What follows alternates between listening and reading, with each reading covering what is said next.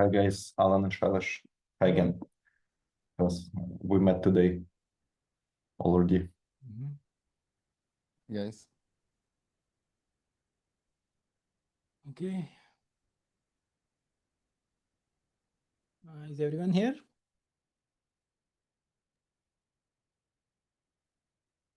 More or less. Let's wait 1 more minute, I guess. Hello.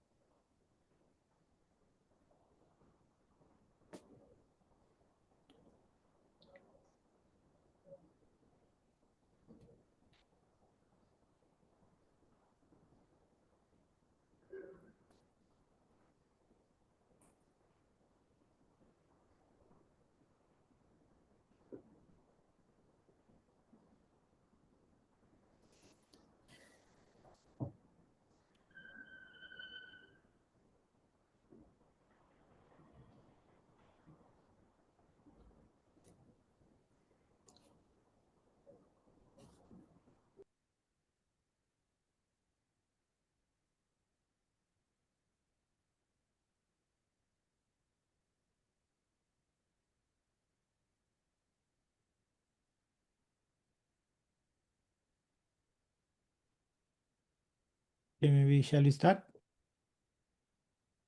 Yes, let's go ahead. Okay, today, 15th July, the community hyperledger Identus community call. Let's go through the antitrust policy. Please read. And the code of conduct, what everyone should follow.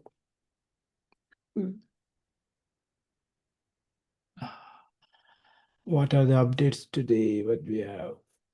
Okay, so update on Apollo library. We are still working on it. I don't think we have managed to get it fixed, so it is still working. Gonzalo, do you have any update, or Yuri, on this? Yep. I can start and Gonzalo can correct me if I'm wrong. But we moved to the latest version of Gradle build tool, and currently we have difficulties with signing artifacts. So we can publish. We tested this in another repository, but Apollo build is slightly complex, and in the previous version of Gradle. Sorry, do you hear me? Yes. Yeah, Okay. go. In the previous version of Gradle, signing was a plugin that can use in memory, GPG key, and support other configurations, so everything was fine. And in this version of Gradle, signing is a core plugin, so it's not a third-party plugin. And currently we are trying to figure out with Linux Foundation Decentralized Trust admins how to properly configure it in CI, because locally we were able to sign these packages properly. So same comments. We're close to completion, but we need to figure out how to do this in GitHub Actions. And Gonzalo, Yeah, there's actually another problem. Because Gradle has some files that I don't know why it's not being published with Gradle. And yeah, I'm also checking with that. I was checking with the guy from Waze that has more knowledge than me on Gradle, right? And he was also surprised because, yeah, we could not find actually a reason for that to happen. So yeah, I'm also checking that. But all the problems that we have, it's with Gradle, NPM, and Swift are working well. If you build the library by yourself, it's also working well. Just Gradle publication, it's messing up everything. But yeah, that's an update, I guess.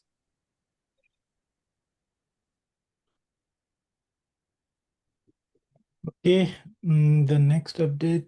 Yeah, so on the VDR Identus milestone, I think we got approved, right?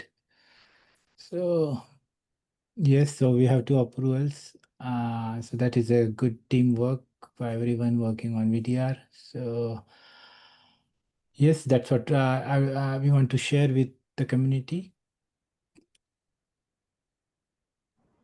Any questions on So this? this milestone 2 was for what? The integration with the cloud agent and Yeah.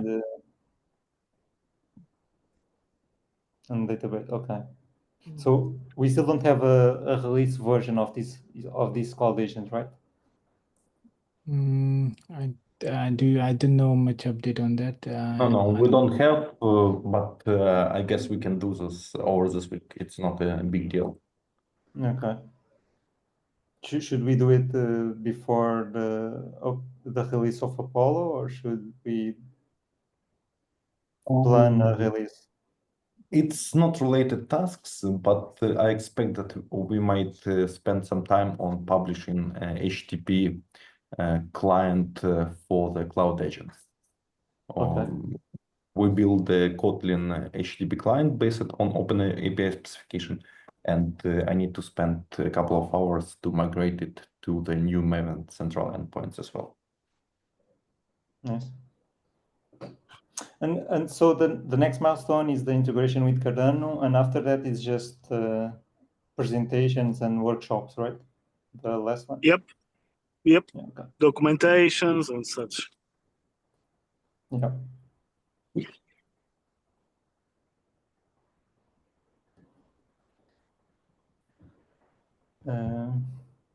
Yeah, no more questions. Just one thing. Mm-hmm. You guys remember this was asked by Charles, right? So you'll probably do a presentation about these and to present it. I don't know. I was thinking, should we present what we have right now in the Rare Evil or not? Or the Rare Evil event about this? Yes. Should we present this on Rare Evil? We need to think about it on what are you going to do on. When you mentioned presenting, you just like talking that exists, right? Or what is being worked on. What we have, showing what we have.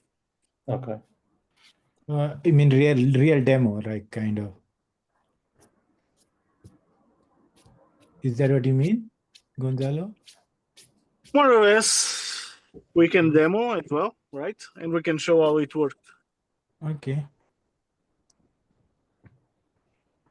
Yeah, we could talk about this. I don't know. I mean, it's like later on, like. But is there any limitation on that period? What we have, like, because we have two other activities we are doing, right? Or like we have enough now amount of time. We can show it as a workshop there. Okay. Right. I guess that's the best way to do it, is showing as a workshop. Present the specification. I think it would be great, actually. Okay. Yeah, that sounds good to me. Okay, and on Cardano VDR, is it a progress? Do you have any updates on how it is going? Where we are? So, in terms of the integration for the Cardano, so I have a pull request for that generic VDR. I'm waiting for Apollo so I can release another library that I'm using on that pull request. So other than that, I'm also working on that tooling that I mentioned on Discord to help me create a DID with the correct key so I can use on that VDR. So the pull request is more or less finished. It's not really properly tested because I'm testing stuff by hand. And that tooling to help me create the DIDs, it's also more or less done. I'm using like the block first API to submit to the mainnet and to the testnet. I have both options. Yeah, basically I'm just cleaning up stuff and it's almost done. Okay. Just fixing some bugs that I'm finding and adding Good. some testing. Is anyone else using like the bulk flush API for anything in here? Or are you guys using directly the node, John? We're using the node, yeah. Yep. Yeah, okay. Go directly. Okay. But I suppose like if we're going to use the TS for any sort of issuance or anything, put a different chain or something, then the API will be the way to go. Yeah. So we now, before we didn't have many ways to communicate with Cardano. We just had the node, but now we are starting to have a lot of ways. Like the TS can have that offline thing that they can just use SIP30, and we have other ways to integrate with Cardano, especially for reading. And I using this tool now that I created to write the new deeds. So hopefully it would make it easier for new people to just come and start creating deeds. Not exactly using credentials, but that is a step further. Yeah, and I think that's actually great, especially for any of the use cases where, say, a cloud agent is not involved.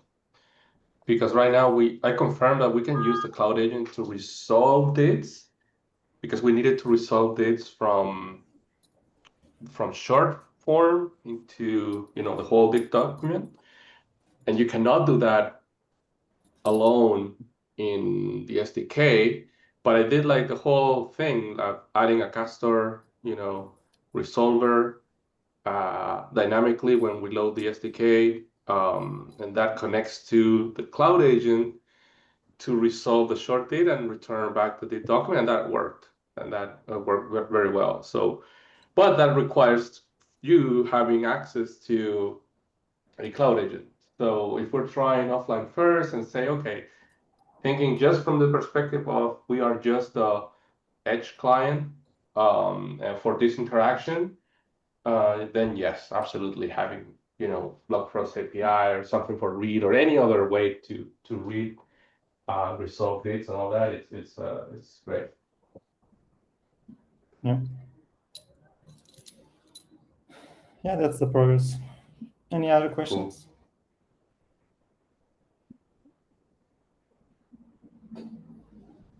No.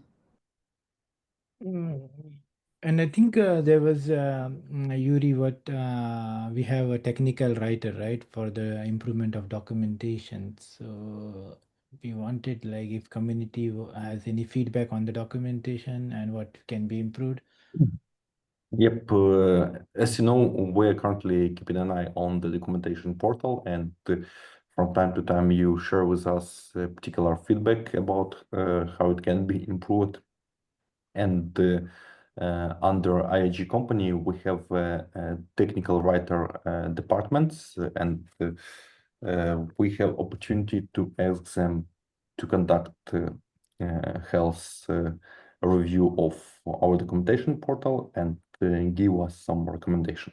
And if you have any ideas or things that can improve our documentation portal, you are welcome to share this in the Discord. There is a dedicated channel for this.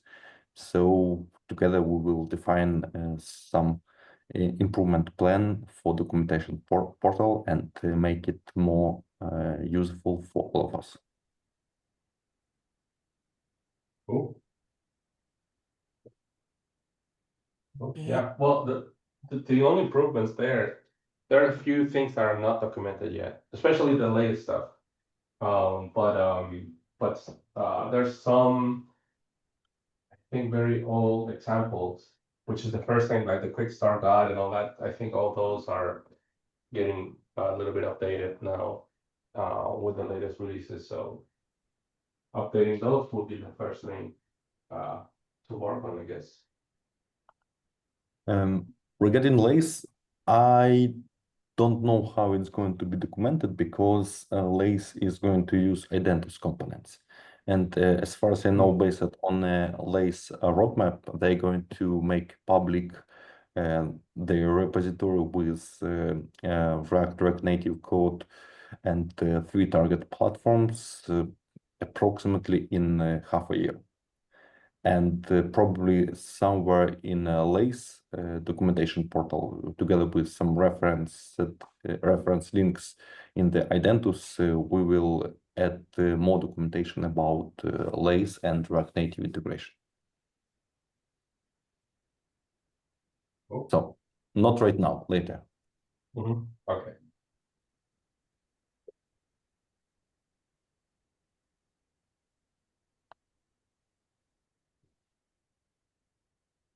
Kailash? Yes, one more update was on the VDR specification update, right? Is Pat available? Oh, yes, yes. Can you hear me? Yes. Yeah, so so in the VDR, we refine the spec a bit more. So there is now a new scheme. So Shailesh, could you go to the spec repo? Okay.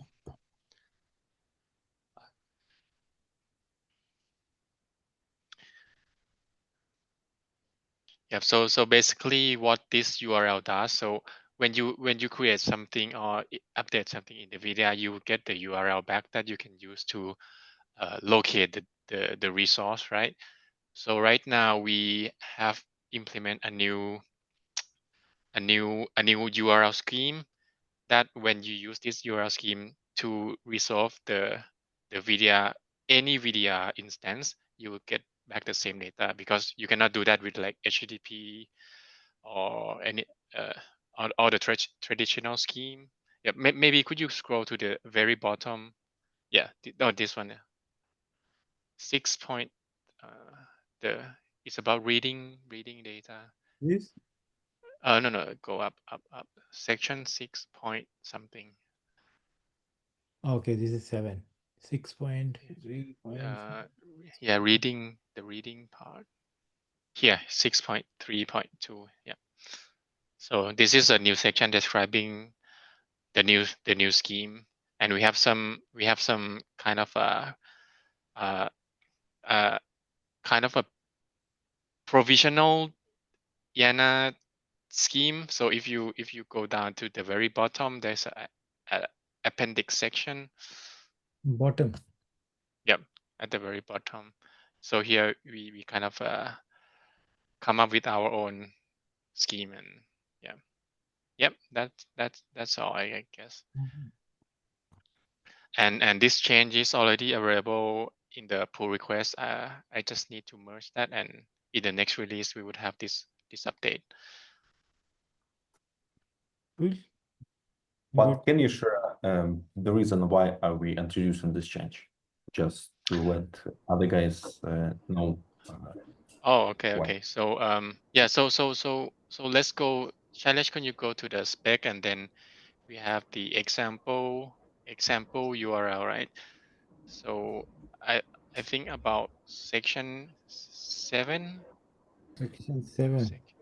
Yeah, we have some example, and if you can see the URL, right? So when you see the URL, and we have this, and you have the scheme like HTTP, FTP, or all that other stuff, you would typically need to follow how the URL scheme describe how you resolve the data, and all the traditional one like HTTP asks you to go to somewhere and resolve the data on that host. So when we are using like a kind of a decentralized storage or something so on the blockchain, we don't need that that requirement anymore. So we just came up with this new scheme. So you can go to any VDR instance to get the same data, and it's just an interesting property that we can don't need to hard code the host name or something. Yeah, just like a DID where you can go to any resolver and you get the same DID document. Yeah. Okay, Yes, good and work. it's also removed ambiguity in the expectation of using HTTP as a schema, because if you see something that contains HTTP, you naturally expect that if you add it to curl command or enter in your browser, you're going to get some result. In the case with HTTP, it's going to be wrong assumption. But if you see some schema that is not HTTP, you know that, okay, I cannot call HTTP get method directly using this string, and but I can use it in some VDR driver. So this also is going to set some boundaries between VDR proxy, which is the HTTP server that serves some VDR resources, and the particular drivers. So our life is going to be easier. Yeah, kind of like DIT, but for data. Not sure if the other guys here understood the problem that we are trying to solve. Was it clear, or? Does anyone have a question?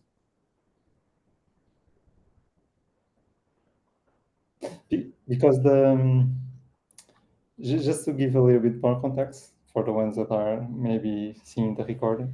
So the problem is that the VDR is assuming, the way that is described, it says that the URL that starts with HTTP, for example, can be replaced from that domain to another one as long as it implements the same VDR.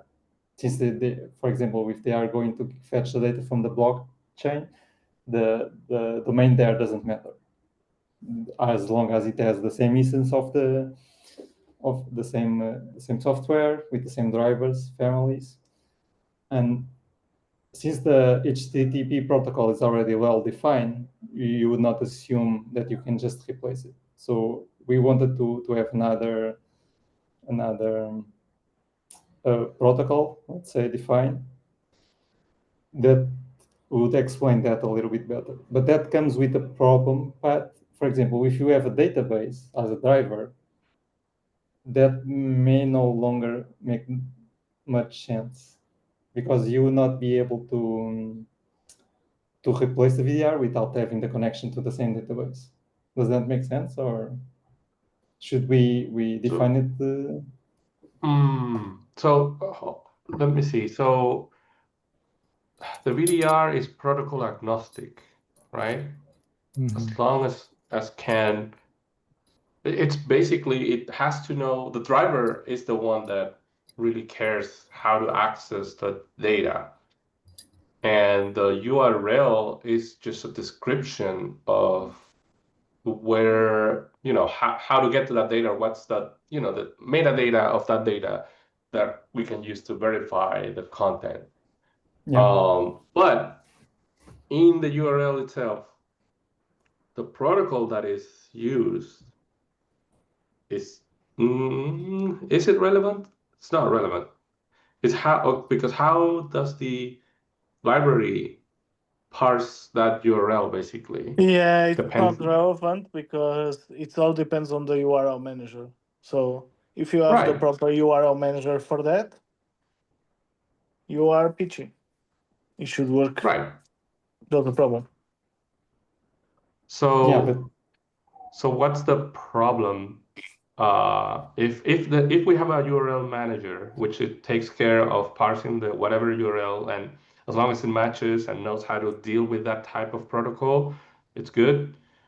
And then in the metadata itself, it's everything else that we need to kind of resolve the whole thing. What's the problem? So imagine that you receive a credential, Mhm. and in that credential you have a link to some place that using the HTTP protocol, right? And you Yeah. expect a very specific type of data, like let's say I'm thinking about the status list. You expect Yeah. that status list, but if you develop like some software for that okay, go to this endpoint and check the status list, that software would have no idea that okay, I can use another VDR implementation. I don't need to go to that endpoint exactly. It's like FPFS had the same problem. So they had like the HTTP with the gateway where you the gateway doesn't really matter. What matters is the seed. That is basically what are you fetching.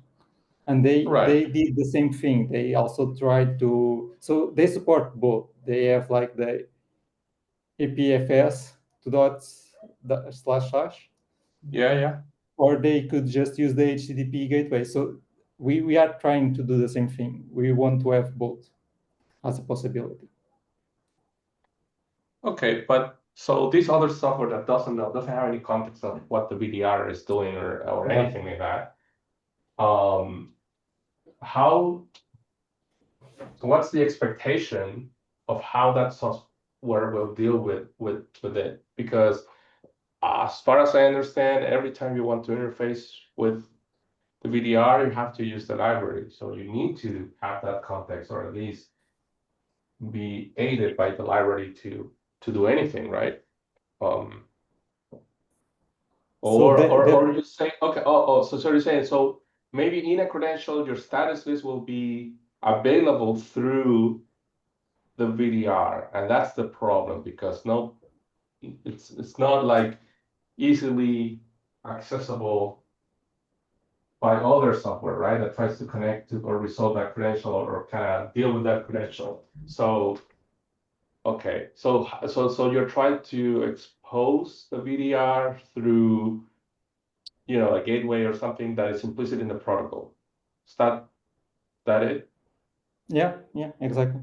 Like, for example, on that status list, you could use like HTTP to FPFS, or you could use like FPFS, but most of the softwares probably wouldn't know how to check FPFS. But if it has a protocol HTTP, everyone knows how to resolve HTTP, basically. Yeah, but that's what we have now, right? Yeah. So we want to have both. At least that's how I'm describing it. Yeah, but that's what we have, right? Yeah. Maybe I'm just a bit confused because I didn't know it was what we had or not. No, that's what we have now. I'm trying to giving context why Pat is proposing to have this let's say protocol at the end. But right. Would so so question. So if, say, HTTP protocol it's available, the expectation of that URL is to have the same payload that if you just have like VDR, / whatever it is, like a raw VDR URL, whatever that ends up being, right? Yeah, the expectation is for both endpoints to be equivalent, working at the same time. Yeah, makes sense. If you like put something on Cardano, you can. If you have like the endpoint to HTTP to a server that would get that data, or if it has like the VDR link, would basically get the same data. It doesn't matter. It's like it's more a question of integration, I think. So it's more supported. Yeah, and here's the other question, because if something it's on Cardano, because the nature of the blockchain is that it's immutable, so you can trust that payload to be that haven't changed. Now on the HTTP, how can you trust that? Like, why can you trust that link in equivalent to the Cardano one? It's because it's what it's doing. Like, because if you're not using the library, and you're accessing like a regular, external software that's trying to parse a credential, and say the status list is there, it's basically, are we going to provide a status list in both endpoints, or how? Like how can you trust the HTTP one? So on this case that I was giving the example, the status list, you trust it, because it was created by the person that make the credential. So if we trust that issuer, Yeah. you also probably trust that the status list is by that issuer. But as a holder, I don't like that the verifier is going to call the issuer, let's say, because basically the issuer put the HTTP there, so it can have like a server. Okay, each time that it calls to this server, I know that you are trying to verify this holder, and if it is Right. in Cardano, you don't have that link. So for the holder, Yeah, would I be better mean, yeah, to have- that is one concern, but I'm asking, for example, on Linux distributions, they put a link, but they also put a hash of the file, right, or to verify, so you can verify that the integrity of that file. Is that possible with this implementation too? Like, how can I know that that payload from the HTTP link it's equivalent to what I can resolve over Cardano, for example? So let's put it this way, right? It depends on the use case. I guess this is the best way to answer, because let's imagine there can be issuers that want to have all the control on the VDR and where they keep data, right? So they want for you to access the server so you can retrieve this type of data, right? Where there is also the other use case that the issuer wanted to be completely on a blockchain, let's say. Okay. Mm-hmm. So it will depend on that use case. So let's say on both use cases, if the data is not mutable, okay, it's easy, because as part of the VDR specification, there will always be a hash. Okay, there will always be a hash, and the holder can always identify if the data that is receiving it's equal to the hash. Okay. Mm-hmm. So this one is easy. Okay. If it's not mutable, right? It depends on the driver. So, for example, the Cardano driver, as Fabo is implementing, will require a different process for verification, right? For verification, because if the data, the initial type of data always will have a hash. So let's imagine that you have a data that can be mutable but never change. Okay, it never change. Then you can use the hash to verify if the data is okay. Okay, but if the on the case the data can be mutable, if it is not equal to the first stage, then you need to call the verify method, so the driver can give you the verification methods, so you can verify for yourself if the data is verifiable, right? So, and this can be multiple ways. In the case of Cardano, Fabio was explaining me the other day, it would be like a list of what is called, Fabio? Operations. Yeah, so I was proposing to be the Atalo block itself. Exactly. Like So with all the sign operations that is relevant to verify. yeah, all the changes So will go there, and the user can cascade that and verify that on your site. Right. Okay, so each driver will have their own verification way, right? And this verification way will be identified on the verification when you receive the verification. It can be, some drivers might be just a simple signature check, right? Mhm. So yeah, so I think this is the gist of it, I guess. Cool. But again, this depends who is verifying. In the sense that if you are a verifier and you see the HTTP protocol and you don't know anything about it, you just call it. and you trust the data that you get there. If you are verified and you recognize that that HTTP protocol is also using this generic VDR, you could like do more stuff like that. Yeah, I see. Okay, now I understand. it depends So- all on the implementation. That Yeah. you can Okay. you can So even pick up you a can just trust whatever gives you back from the HTTP, or just ignore like read the URL, say, oh, I recognize this is a VDR, and go another route to kind of confirm that data. Yeah. Because you can drop the imagine protocol this, and right? kind of work around it with the library. All right. Okay. Imagine I this. see. Imagine this case, right? You get an HTTP URL, okay? And all the HTTP URLs have the family, right? The drift, the query, DRF, okay? That's the driver family, right? So imagine that you have an implementation of the VDR and you have a driver from the same family, okay?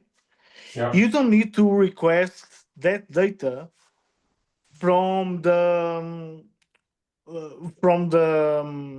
endpoint. You can just request from your own VDR, and as part of the specification, if the VDR has the same family and version, it should always retrieve the same data. Yeah. Yeah. Same thing with the APFS. So if you Yeah. see the link to APFS and you don't know So- that is a APFS, you need to call that server. If you recognize that is APFS, you can like connect directly to the network Right. and get your Yes. the data Okay.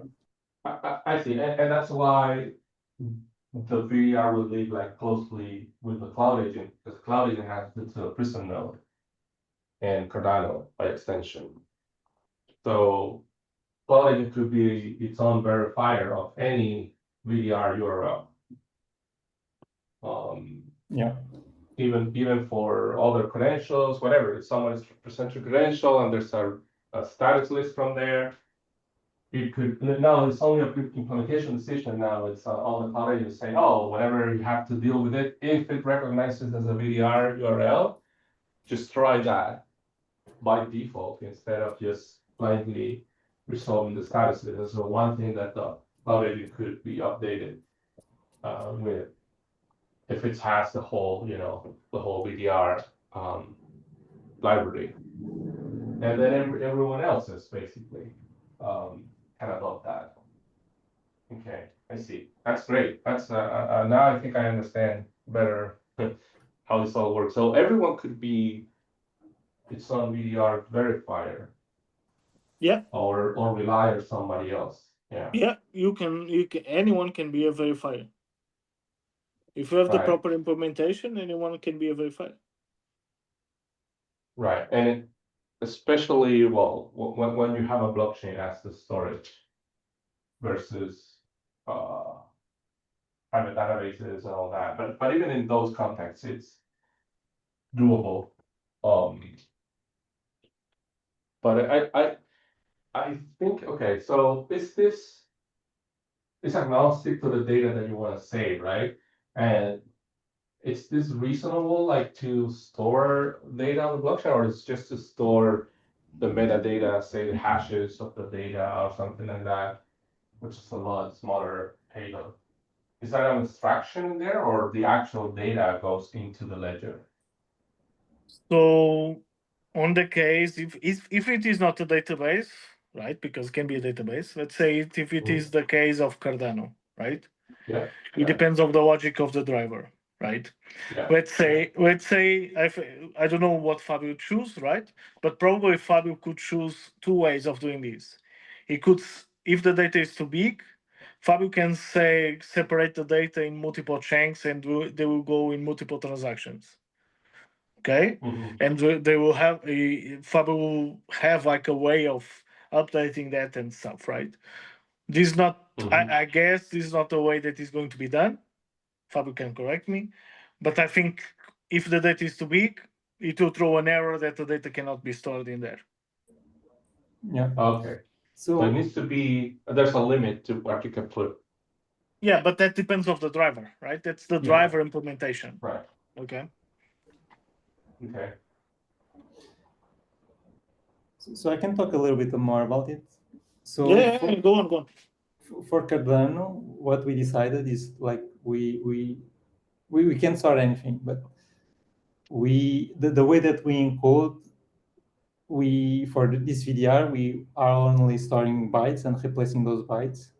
But in the protobufs, and we already have the code for that, is that we have other ways of encoding stuff. Like we want a way to encode the status list directly.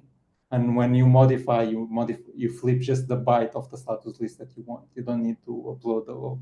So we have can have multiple ways of encoding stuff. And usually on Cardano, you don't put a big chunk of data, but you can point to something else. And since we can modify it on Cardano in terms of it's a change, you can always upload on top of it. Like we were thinking about having those bytes, just wouldn't be big, having like a way to point to a VDR, to a APFS. So since the link on the APFS, you cannot change it.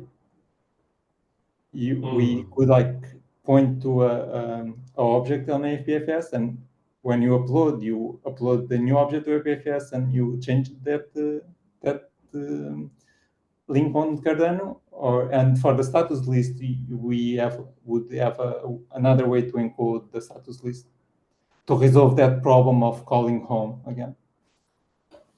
Like it's a concern on the status list. So yeah, but that's a specific concern for the status list. So in that sense, there will be like a special driver kind of for status list. I guess. I mean, because it's a special concern of how to store that kind of payload, and why it needs to be on chain instead of access to any other vendor or provider. So in Cardano, we want to encode it in multiple ways. We started just with bytes, but that would be completely abstracted for this generic VDR. So the end user doesn't care about it. Right.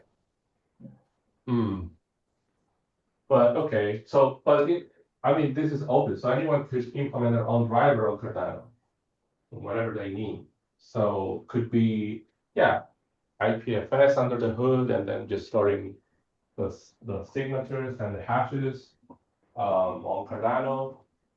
But the actual like GUI file could be in some other place. That could be a way to do it. Okay, yeah, that's great. I mean, it's open to different things. So I think I'm just starting to imagine what we could do with this. So awesome work. Thank you. I think after Very Evil, when we have more time, so we can like start showing some demos of this working, so we have a better idea. So we can explain a little bit better how it works and what use cases would this like make. Yeah, we have to think about like some small experiment to do on testnet, just for demo. That could be helpful. Like, I'll think about something. Maybe we can discuss on Discord, but some small demo just to make sure. Oh, this works, and Yeah, if you have ideas, we can talk on Discord, and we can like, if it's easy to implement, we can just show examples of it working. Yeah, awesome.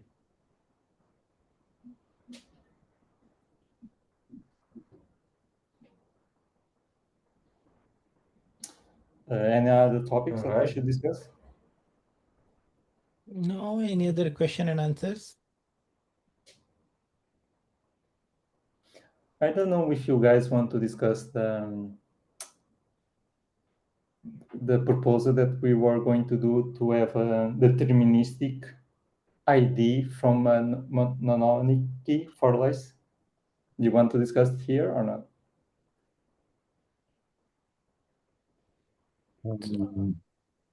Fabio, can you prepare something for the next? Don't mind. Because I guess 14 minutes might be not enough. Or you can briefly announce what. Okay, I can just give the context of the problem, and we can like create something on Discord or on GitHub. So Yep. on Lace, we want like a way to recover a deed for a not monadic key. And since the deed itself is the hash of the creation operation, we were proposing to create the public-private key for the master key, and do the creation operation with just that master key. So from an anonymous key to the deed would always be the same because it's just a master key. And then we, in the same block, in the same transaction, we'll just update the deed with all the other keys. And this basically would have a way for us to deterministic know what is the deed from a key and check if that deed already exists or not, and trying to figure out all the other keys and stuff like that. So basically, we were going to use SIP 3242, something like that. I'm not sure. To just have like generating the master key and in a deterministic way, and then using that master key to create a deed. And basically, this is the context. I can create some documentation how we do for Lace. But the problem that we're trying to solve is to have like a deterministic way to create a deed from a non-monadic key. Yeah, and this is our proposal. But that will change the date. Well, of course, it will change the specification of the date, right? It will have to be updated, or no? That's the thing. That doesn't change the date, because we are doing two operations. One is like for the creation operation, and right after we are updating with all the other information, like the deedcom, where to call, where is the mediator, all the other keys for communication. But everything is backwards compatible. So basically, Lace would support a subset of deeds. In terms of when you create, you just create a subset of what is possible. Okay. But that way it's fully backwards compatible with the Prisma. Okay, so this is not for the identifier of the deed, which is the hash of the creation operation of the deed, but it's for the keys that are inside.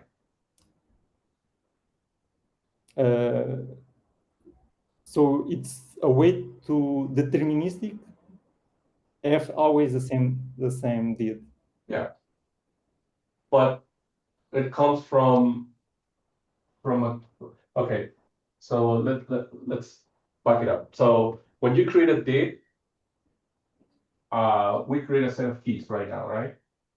Yeah, so on the cloud agent, we create a deed, we put all the keys, so the master deed, the master key, and the keys for communication and for signing. So we create a deed with all those keys and with the server, where is the mediator and stuff, or where to call for communication. So the creation operation can have everything. And in Lace, what we want to do is like the deed has only the master key, and we do the hash, and then we update the deed exactly in the same transaction, because the Prisma operation the Prisma block can have multiple operations, can have a creation and update. Okay. It's just a way for the hash to always be the same. That's the context. Okay. So that way you can recover control of the deed or the keys from the deed deterministically from the Lace wallet. Yeah. That's basically for the user to only needs to remember the mnemonic key. Yes, the key from because of course. Right now, if we lose the database of the keys of the cloud agent, we're screwed basically. There's no way to recover those keys deterministically if we don't have this. It's always like you always go one layer above, and if you can forget that other password. But in this case, because the protocol for the keys is different on the DITs than it's on Lace. And Lace works more like a hardware wallet in that sense. And it's always deterministic. So, okay, I see. Okay, I like it. All right. But that is, I'm still having trouble thinking how it's backward compatible, but I trust you that you know that better than I do. But No, but yeah, it is. We are not changing the protocol of the DIT. cool. All right. Even the VDR, we are like trying to do stuff that is fully backward compatible with the DIT that Yeah. already exists. Yeah, that's great. That's great. It will be, not good to have to change the whole spec. Yeah. But yeah, cool. Awesome. I can create documentation and so you guys can review it. But this is our proposal for Lace. Cool.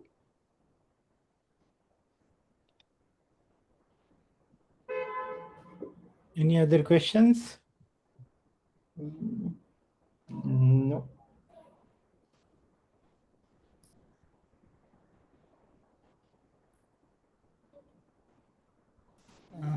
Shall we end the meeting then? Yep. Okay, thank you guys. See you in 1 week, and thank you for your time and attendance. Thank you guys. Thank Have a you. good rest of the day. See ya. Bye. Bye.